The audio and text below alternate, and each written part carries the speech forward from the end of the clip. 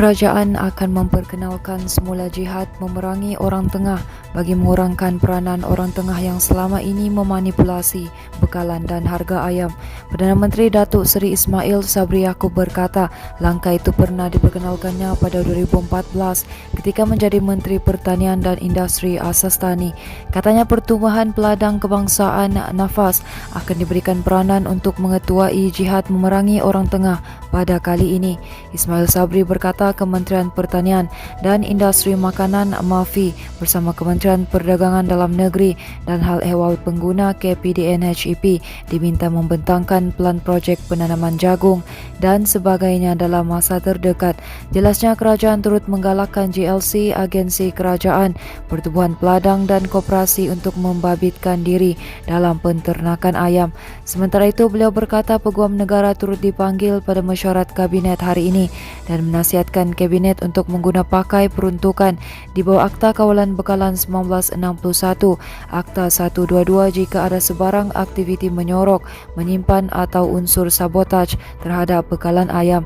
Katanya kerajaan juga meminta MAFI dan KPDN-HEP melakukan pemantauan dan pemeriksaan serta mengambil tindakan tegas terhadap mana-mana pihak yang melanggar Akta Kawalan Bekalan 1961, Akta 122 dan Peraturan-Peraturan Kawalan Bekalan 1974. Dalam pada itu, Ismail Sabri berkata susulan daripada pengumumannya sebelum ini berkaitan pemansuhan AP bahan makanan, Kabinet hari ini juga bersetuju supaya AP gandum dibatalkan.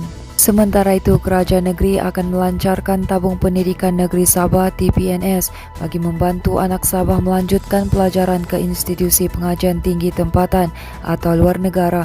Ketua Menteri Datuk Seri Haji Nur berkata tabung itu yang akan dilancarkan bulan depan disasar bagi membolehkan lebih ramai anak Sabah berpeluang melanjutkan pengajian.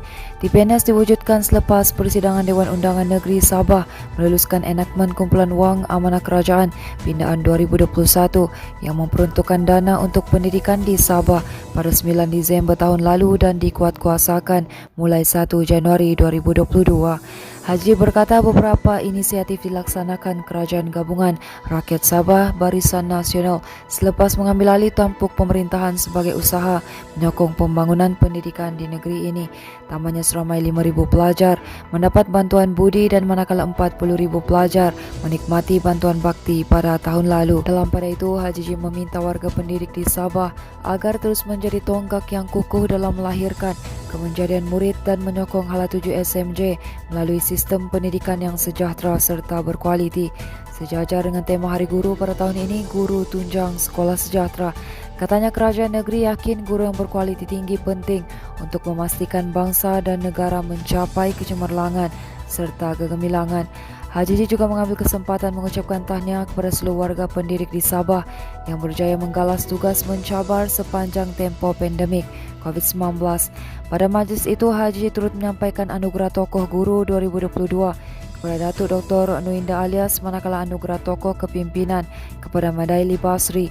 Beliau juga melancarkan buku Tawak Tokoh Guru Sabah yang diterbitkan Jabatan Pendidikan Negeri Sabah. Berita seterusnya, kerajaan mengambil langkah mempercepatkan pelaksanaan Lebuh Raya Pen Borneo di antara batu 32 sandakan dengan telupit bagi menggantikan jalan raya sedia ada yang mengalami kerosakan dalam usaha menangani ketidakselesaan pengguna. Pengarah Jabatan Kerja Raya JKR Sabah Datuk Insinyur Ali Ahmad Hamid berkata 3 pakej pembinaan Lebuh Raya Pen Borneo di laluan berkenaan dengan jarak sepanjang 58 km dijadual siap sepenuhnya pada 2025.